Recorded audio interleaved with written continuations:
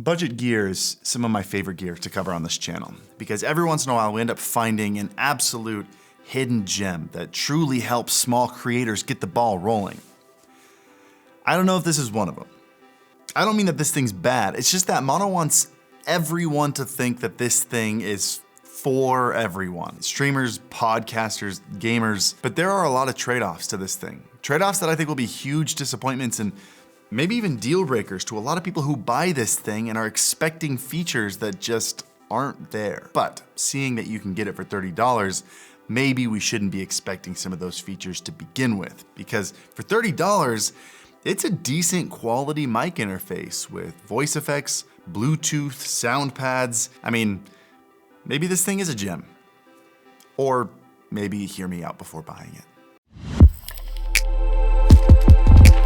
Before we get too deep into this, I need to pay some bills and thank the wonderful sponsor of today's video, Owned.pro, where you have access to over 10,000 different design elements that you can completely customize to create your own stream style, regardless of how unique your stream looks. You can even customize the color of pre-made overlays to match your branding. Setup is super fast and easy, where you can create a complete custom package in seconds with alerts, widgets, and labels added automatically.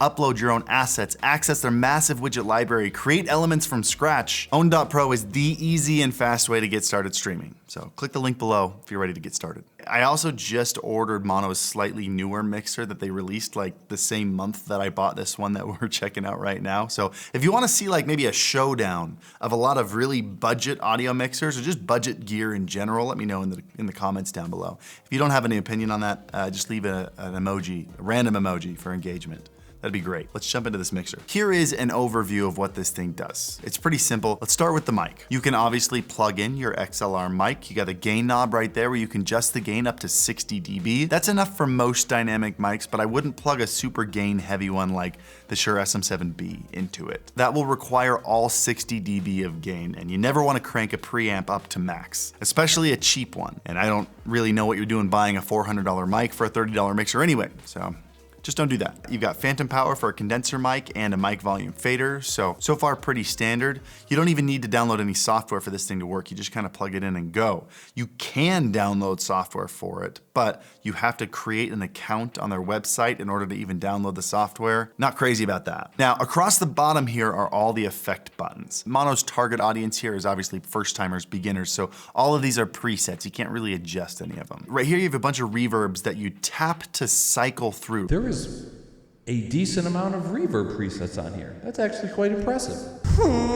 So every time you tap it, it switches to a different reverb and then switches off at the end, which is kind of frustrating because that means you can't just toggle a reverb on and off real quick by tapping the button. You have to cycle it back to off every time you're done. Not a great experience for activating in the moment. Same with the pitch presets that you have on this button. They give you a male and female and baby voice preset that you tap to cycle through. When Cameron was in Egypt's land. I don't necessarily think that this is a woman's voice. I can still get pretty high though. Who wants to play some Fortnite?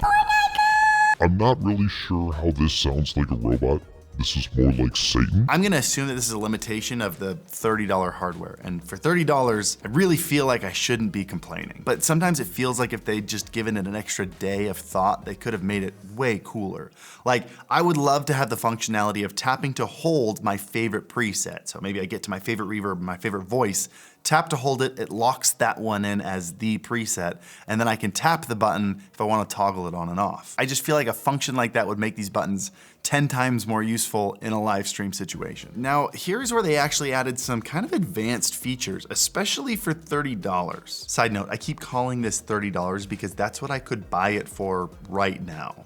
It might go back up to the retail price of $60, which is actually what I bought it for a couple months ago. So keep that in mind. Back to those advanced features. When you add music to your mix, whether it's over Bluetooth, which this has built in, or an aux-in port that's on the back there, you have the option to add ducking using the sidechain button that's on the front here. What this will do is when you speak into the microphone, it will automatically lower the microphone underneath your voice so you're not talking over the music that's going on. And if you hold the sidechain button, it activates a feature that will remove vocals out of the music that you're playing in the background and turns them into instrumentals.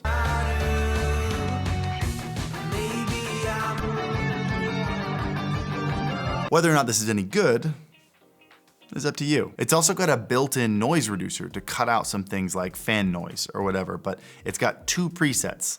Low, which is fine, probably the only useful preset, and high, which tends to cut out your voice more than doing anything else. High noise cancellation. I hear no hiss in my headphones at all. So as just a regular mic interface, it's not bad. It has everything a beginner needs. In fact, when I first started streaming, I bought a similar device for like $300, so I'm kind of impressed. It's when you start streaming with it that things start to fall apart. For example, you can get audio input from a number of sources on here. I mentioned Bluetooth and the aux input earlier. You can also get audio directly from your PC. The volume of all 3 of these are controlled by one dial. Not this big one here in the middle, this little one right up here. The big knob in the middle here actually controls the volume of how much you're sending to the PC, like your whole mix volume, which in a live stream setting, you don't really want to touch that very much. That setting is more of a set and forget kind of thing. So I'm surprised they put it real front and center for you to accidentally bump while you're live and then have to frantically go back and figure out exactly where the sweet spot was that you had it set before while your audience is watching. This is something that I've said in 100 videos about the gain knob. The gain knob should never be on the front of the device. That is something that you carefully set perfectly. You set it once, and then you never touch it ever again. There's no reason for it to be on the front of a device where it might accidentally get bumped, and the same goes for the main output mix volume. But when it comes to mixing on this thing, there's one thing that absolutely every streamer needs to know before hitting the purchase button. This device has one output. It has one mix. Let me explain exactly what this means.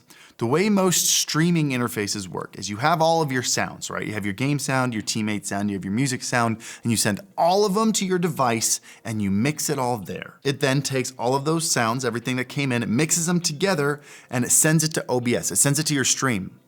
It also separately just takes your microphone and it sends it to your teammates on Discord or whatever. Those are 2 separate mixes. You cannot do that on this device. For example, let's say you have your voice going into the Maonocaster through your microphone input, and then your teammates and your game are coming into your device over PC USB, right? If you hold this button right here and turn on loopback, it will send that entire mix. It'll send all 3 of those sounds, your voice, your teammates, and your game. It'll send it to OBS. It will also send that complete mix to your teammates. They will be able to hear your game, and they will even be able to hear themselves. This means that in order to stream with this device, first, do not turn on loopback. Instead, you will only send your voice from this device, and you'll have to capture both your game audio and your Discord using desktop audio directly inside of OBS. This also means that if you turn the game volume down on your device, not only will it also turn down your teammate volume at the same time in your headphones, but it won't change the game volume on your stream. You'll have to do that separately by dragging the slider inside OBS. And then if you want to change the teammate volume, you have to do that separately either in Discord or in another slider in OBS. Which is the problem I have with some of these devices. By trying to make them simpler, they sometimes make them more complicated. But again, it's $30. And none of this makes it unusable, it's just less convenient than the $100 alternatives. And at the end of the day, I think that's the name of the game here. It's $30 and you're getting a decent microphone preamp, you're getting some voice effects that are fun to play around with, and also a handful of other kind of neat features. You're also getting a battery, which I haven't mentioned before now, which is kind of cool. You can record stuff on the go without having to plug it into a computer, but also the main USB port that goes into it doesn't power the device. So if you don't want the battery to die midstream, you have to plug in a second USB cable into the power port. But they tell you in the instructions not to have it plugged in all the time because that will degrade the battery life over time.